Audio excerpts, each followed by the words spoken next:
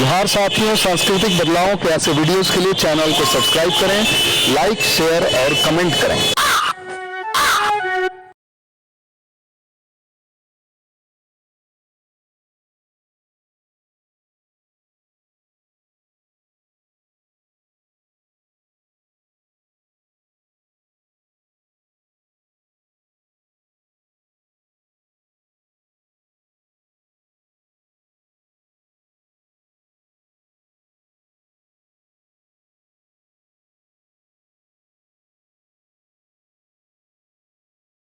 अब चूंकि आज के हमारे जो प्रमुख मुख्य वक्ता थे आदरणीय रामानुज पटेल सर, आदरणीय आचार्य रामानुज बौद्ध सर, वो जुड़ चुके हैं। तो मैं आदरणीय आचार्य रामानुज बौद्ध सर से सम्मान मिशन के माध्यम से अनुरोध करता हूं कि सर आप आए और अपना वक्तव्य रखें। आदरणीय रामानुज पटेल सर।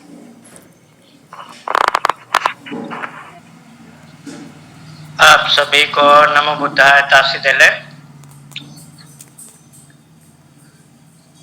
आप ये पुरोहित प्रशिक्षण का कार्यक्रम जिस तरह से पूरे भारत में ये विस्तारित हो रहा है वो बहुत अच्छा है और ये जड़ जमा रहा है पूरे देश में। ये इतना बड़ा काम हो रहा है, बहुत सारे लोग जो नए हैं इसका एहसास नहीं करते, या अपने केवल एक दो जिले में है वो एहसास नहीं करते। व्यापक पैमाने पर पूरे देश में विस्तारित हो रहा है। अपने बीच में संस्कारक आपस में पूरे देश में कनेक्ट हो रहे हैं और भले वो अपने अगल बगल के 1, 2, 3, 4 जिले में काम कर रहे हैं, लेकिन ये ऑनलाइन संवाद के द्वारा पूरे देश में ये जुड़ रहे हैं। तो हम आप सबको इन कार्यों के लिए बधाई देते हैं, शुभकामनाएं देते हैं। हम सब लोग करते रहें।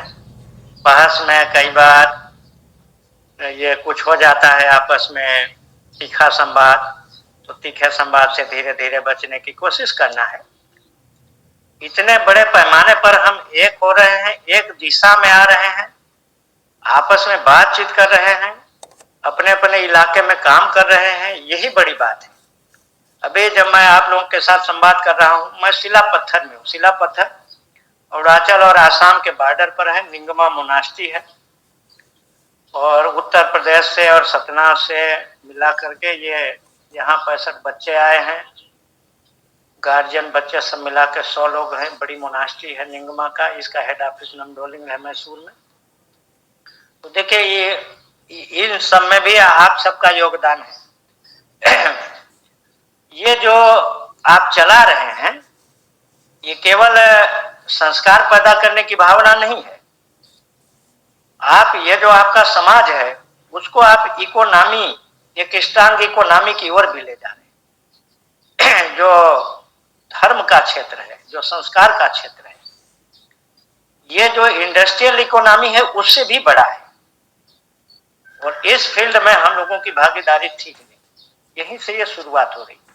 इसको अधिकतम कोई कहीं भी हो, जो हमारा संस्कारक है, हमारे जितने उपासक है, उन सबसे आग्रह है कि संस्कारक को आर्थिक रूप से सक्षम बनाए, उसका सहयोग करें। कोई संस्कार करवाने जाता है उसको दान दे, दान देना जरूरी है या आर्थिक सहयोग करना जरूरी है।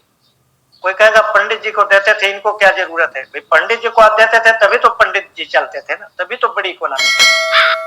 आप अपने वाले की बारी आई, वो टाइम देना शुरू किया, उसको नहीं देंगे तो कल को काम नहीं करेगा। 1 महीना दौड़ेगा फिर दौड़ेगा ही। तो जिस काम को आप इकोनॉमी से, अर्थव्यवस्था से नहीं जोड़ेंगे वो काम चलेगा ही। और अभी भी मैं कह रहा हूं कि ये जितने बड़े बड़े विद्वान हैं अपने अपने जिले में, इनको जैसे अभी मिलने लगेगा, हर व्यक्ति आर्थिक सहयोग करने लगेगा, ये खुद प्रशिक्षण केंद्र चलाएंगे, ट्रेनिंग सेंटर चलाएंगे और 10, 20, 30, 40, 50, 100, 200 अपने अनुयायी प्रशिक्षित करेंगे। इस तरीके से नेटवर्क और एक विकेंद्रीकृत अर्थव्यवस्था बनती चली जाएगी। फिर उसमें रिसर्च भी करेंगे, प्रकाशन करेंगे, कुछ संपादक बनेंगे, कुछ लेखक बनेंगे। तो जो लेखक बने उसको भी आर्थिक सहयोग करना है। किसी ने बुक लिखा और उसको 30, 40 हजार, 50 हजार रुपए बुक का मिल गया, और फिर प्रकाशक ने उसको छपवा दिया, तो अब उसका इंटरेस्ट किताब लिखने में हो जाए। किसी ने लेख लिखा, एक लेख दे दिया और उसको आपने उसके लेख का 1-2 हजार रुपया दे दिया, तो दोबारा फिर लेख लिखेगा। यानी इकोनॉमी से जोड़ेंगे तो इंटरेस्ट बनता चलेगा, इकोनॉमी से नहीं जोड़ेंगे तो इंटरेस्ट नहीं बनेगा। तो इसलिए हमारे जितने संस्कारक हैं उनके लिए जितने भी उपासक दान दें, आर्थिक सहयोग करें। ब्राह्मणों के मंदिर, उनके आश्रम, उनके जितने सिस्टम चल रहे हैं सब पैसे से चल रहे हैं, पैसा जाता है। तो आपको ये सिस्टम चलाना है तो पैसा देना पड़ेगा, पैसा दें, स्वेच्छा से दें। तो ये जो हमारे ये लोग हैं ये बढ़िया अच्छा काम करेंगे, अच्छी टीम बनाएंगे ये नेटवर्क। और आप सब ये जो प्रयास कर रहे हैं उसका गहरा असर हो रहा है, हम लोगों के बीच में सुनते हैं। तो अभी हम बताएंगे, हम बुद्धिज्म पर काम कर रहे हैं, बुद्धिज्म में इंटरनेशनल बुद्धिस्टों के साथ मिल करके काम कर रहे हैं। भारत में बड़ी बड़ी मोनास्ट्री, भारत से बाहर दुनिया के सभी बड़े देशों में बड़ी बड़ी मोनास्ट्री, जिस मोनास्ट्री में भी मैं आया हूँ इसकी ब्रांचेस दुनिया के हर देश में, अमेरिका है, कनाडा है, ब्रिटेन है, जर्मनी है, फ्रांस है, स्विट्जरलैंड में अव्वल दर्जे की सुविधा है। इनमें आप बच्चे भेज सकते, ओबीसी SC ST के बच्चे भेज सकते हैं, सारी भाषाएं पढ़ाई जाती है। देखें यहाँ तिब्बतन है, इंग्लिश है, जर्मन है, जापानी है, थाई है, ये सब पढ़ा जाता है। ये पाठ्यक्रम सब पढ़ा जाता है। जिस मोनास्ट्री में मैं बैठा हूँ इसमें लद्दाख यूनिवर्सिटी का वो कैंपस है, लद्दाख यूनिवर्सिटी। तो ये सारा वो जो वहाँ बच्चे पढ़ते हैं स्कूलों में वो सब यहाँ भी पढ़ते हैं, वही क्लासेस होती है, लेकिन यहाँ लैंग्वेज अलग से जुड़ जाता है। लैंग्वेज है, बुद्धिस्ट फिलॉसफी है, ये सब। ये जिस मोनास्ट्री में बैठा हूँ यहाँ अमेरिका के बच्चे पढ़ते हैं, ऑस्ट्रेलिया के बच्चे पढ़ते हैं, जर्मनी के बच्चे पढ़ते हैं, फ्रांस के बच्चे पढ़ते हैं। आपका जब बच्चा आएगा प्रथम दिन से ग्लोबल होगा कि नहीं होगा? इसलिए हम सब मिलकर इस काम को करना है। कहीं भी ओबीसी SC ST का व्यक्ति है उसके बच्चे को निकालना। हाँ, अगर कोई RSS में है, RSS की विचारधारा में है, उसके बच्चे को नहीं लेना, बजरंग दल में उसके बच्चे को नहीं लेना। कम से कम आप लोगों की बात माने, सब कुछ करे, उसके बच्चे को लेना। तो ये एक बड़ा फलक मिलेगा। अभी यहाँ से जुड़ा हुआ व्यक्ति अमेरिका जाना चाहे, ब्रिटेन जाना चाहे, जर्मनी जाना चाहे, फ्रांस जाना चाहे, उसको टाइम ही नहीं लगे। यहाँ भी देखे हम लोग जिस गेस्ट हाउस में रुके, बगल में सब गेस्ट रुके हुए, कोई इंडिया का नहीं है, कोई अलग अलग देशों का। तो ये जो मोनास्ट्री है वो आपको ग्लोबल बनाता है, ग्लोबल इकोनॉमी से जोड़ता है, ग्लोबल एजुकेशन से जोड़ता है, ग्लोबल टेक्नोलॉजी से जोड़ता है, दुनिया से कदम मिलाना आपको सिखाता है, वहां तक पहुंचाता है। ब्राह्मणों ने आपके लिए दरवाजे बंद कर दिए, तो ये आपके लिए, आपका वहां सरकारी स्कूल है, सरकारी स्कूल में पढ़ाई नहीं होती, तो इन्हीं सरकारी स्कूल में पढ़कर बड़े बड़े इंजीनियर बने, डॉक्टर बने, कलेक्टर बने, कमिश्नर बने, सारे लोग यही पढ़े। और जैसे आज हर कोई अपने लड़का लड़की सबको पढ़ाने के लिए भेजने लगा, घर घर चाहे गरीब हो अमीर हो, तो क्या किया, सत्ता में बैठे ब्राह्मण ठाकुर लाला बनी, उन्होंने सरकारी शिक्षा तंत्र को तबाह किया। आज सरकारी शिक्षक को वेतन मिलता है, लाखों रुपया वेतन मिलता है, वो पढ़ाता नहीं है, पढ़ाता ही नहीं। अब बच्चा वहां और कानून बना दिया कि 10वीं तक पढ़े न पढ़े उसको पास कर, जो बच्चा बिना पढ़े लिखे पास हो जाएगा, नींव कमजोर हो गई। जब बच्चे की नींव कमजोर हो गई वो आगे कहां से पढ़ेगा, कंपटीशन लायक रहेगा। अब वो क्या करेगा, बिजनेसमैन नहीं है, उद्योगपति नहीं है, उसके पास जमीन नहीं है, लेबरी के अलावा कोई काम मिलेगा। और 17-18 साल का बच्चा हो गया, फिर माता पिता कहते हैं जाओ सूरत जाओ, बंबई जाओ, दिल्ली जाओ, मजदूरी कर।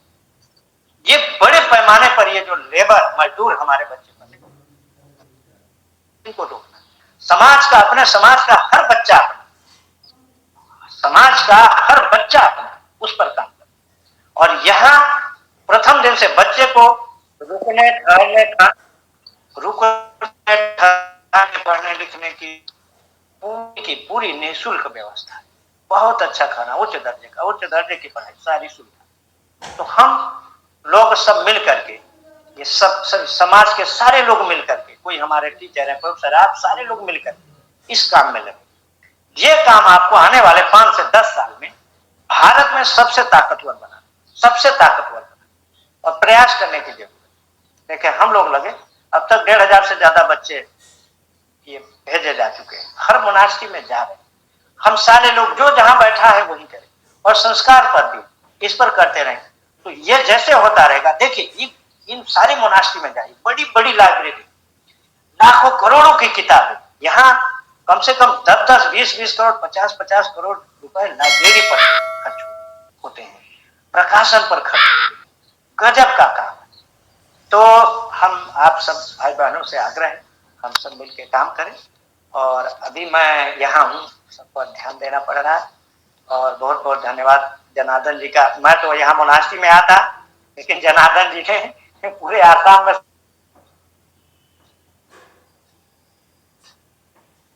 जी संपर्क करवा। पिछली बार मैं 1 महीने पहले यहाँ आया था, पूरे आसाम में मैं घूमा, पूरा आसाम पूरा अरुणाचल गया। और यहाँ के लोग ये मोनास्ट्री में, मतलब यहाँ टीचर से लेकर जितने भी कर्मचारी हैं बहुत अच्छे।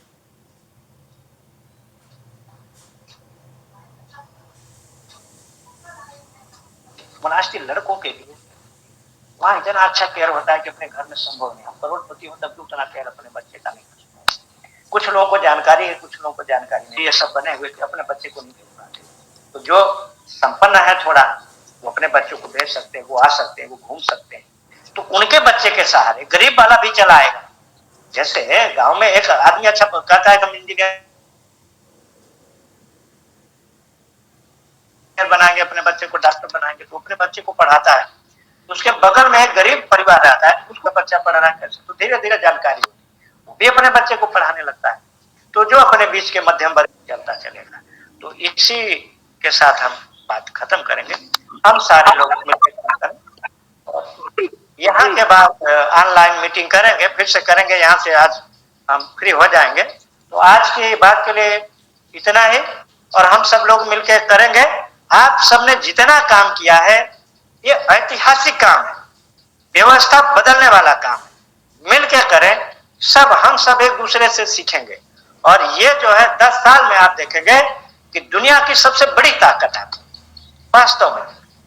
तो इसी के साथ नमो बुद्धाय, तासी देले। आप सबका मंगल हो, आपके परिवार का मंगल हो। सभी साथी जितने लोग हैं ऑनलाइन नहीं है, हम सबके परिचितों में हैं, उन सबका मंगल हो। इसी के साथ नमो बुद्धाय, तासी देले। जी, बहुत बहुत शुक्रिया आदरणीय आचार्य रामानुज, बहुत सर आपका। और जिस तरह से आपने बताया कि हमको आज जरूरत है कि इंटरेस्ट जगाने के लिए चीजों को इकोनॉमी से जोड़ना पड़ेगा। ये सोच मतलब पैदा करने की जरूरत है कि सिर्फ आपके डायरेक्शन बदल देने से किस तरह से समाज के और लोगों का हित हो सकता है। तो निश्चित रूप से आपने बहुत अच्छी बातें बताई, और आपने जिस तरह से आज बताया कि किस तरह से हम लोगों को आगे बढ़ाने में अपना सहयोग देना चाहिए। आज का निश्चित रूप से एजुकेशन जो है व्यापार बन गया है, और जो आज का एजुकेशन सिस्टम है आम लोगों की पहुंच से कोसों दूर निकल गया है, और उसमें कुछ तथाकथित वर्ग और पूंजीपतियों का आधिपत्य है। और उनकी तो मंशा ही ये है कि हम एजुकेशन को कैसे कॉस्टली बनाएं ताकि निम्न तबके के लोग वहां तक न पहुंच पाए, और उनका सरकारी नौकरियों और नॉलेज के क्षेत्र में एकाधिकार बना रहे। तो आज हम सबको ये समझने की जरूरत है और चीपर एजुकेशन की ओर जाने की भी जरूरत है। जैसा कि आपने बताया कि किस तरह से मोनेस्ट्रीज काम कर रही हैं, और वो सस्ते में और निःशुल्क शिक्षा लोगों को देने के लिए आज भी संसाधन उपलब्ध करा रही है। तो निश्चित रूप से हम सबको इस विषय में विचार करने और सोचने की जरूरत है। आप मिशन को समय दिए, और इसके लिए मिशन आपका तहे दिल से शुक्रिया अदा करता है, और आशा करता है कि आप जैसे विचारक एवं समाज सुधारक वक्त विवक्त हम लोगों को मार्गदर्शित करते रहेंगे, और मिशन के कार्यों को आगे बढ़ाने में आप सहयोग प्रदान करते रहेंगे। बहुत बहुत शुक्रिया सर। अब आज हमारे बीच में आदरणीय आचार्य निरंजन सिन्हा सर, जो कि पटना बिहार से हैं, जुड़े हुए हैं। तो सर का परिचय लगभग सभी लोग जो ग्रुप में जुड़े हुए हैं सर से बखूबी परिचित है। तो मैं सम्मान मिशन के माध्यम से आदरणीय आचार्य निरंजन सिन्हा सर को इनवाइट करता हूं कि सर आप आए और अपना उद्बोधन रखें आशीर्वचन स्वरूप। आदरणीय आचार्य निरंजन सिन्हा सर। आप सभी उपस्थित सम्मानित सदस्यों की बुद्धि का मैं आदर करता हूं। मैं कुसुमलता मैडम जी को सुन रहा था, फिर महेंद्र दास जी को भी सुन रहा था, और रामानुज जी को भी सुन रहा था। तीनों की बातें हमें बहुत अच्छी लगी, क्योंकि महेंद्र जी पहली बार जुड़े थे, इसलिए वो पूरी बात को समझ नहीं पाए हैं। हमें जो है उनकी बात और उनके प्रशिक्षण के लिए हम लोग यहाँ जुटे हैं, जो जनता चाहती है। और इतना 145 करोड़ का जो देश है, विविध संस्कृति, विविध मान्यता, शिक्षा का भी स्तर यहाँ और वहाँ है। बहुत सा लोग गलत ही सुनते हैं, बहुत सा लोग सही सुनते हैं, बहुत सा लोग को समझ ही में नहीं आता है कि गलत क्या है सही क्या है। तो हम लोग यहाँ सिर्फ पुरोहित को, संस्कारक को रिप्लेस करने के लिए आए हैं। तो कहने जनता जिस भाषा में, जिस स्तर पर सुनने के लिए तैयार है, उनको बुला लेता था, वहां के जगह पर हम लोग उसको रिप्लेस कर रहे हैं। मकसद यही है, मैं पहले भी बताया हूं कि पुरोहित का जो अर्थ होता है, पुर होता है आवास का, सेटलमेंट का, बस्ती का, और जो सेटलमेंट और बस्ती का जो हित देखता है उसको पुरोहित कहते हैं। अब जैसे कानपुर, सोलापुर, नागपुर, जबलपुर, जो भी जगह है, ये पुर मतलब होता था वो बसावट, बाद में किला भी हो गया, और उसका जो हित देखता था पुरोहित, मतलब आपको सिर्फ पूजा ही नहीं कराना है, पुर का हित देखना है। तो पुर का हित भाई, आपको जब कोई बुलाएगा नहीं, बैठाएगा नहीं, सुनेगा नहीं, तो फिर आपका उंगली पकड़ने के लिए देगा तब ना आप उसका बाह पकड़ के समझाइएगा।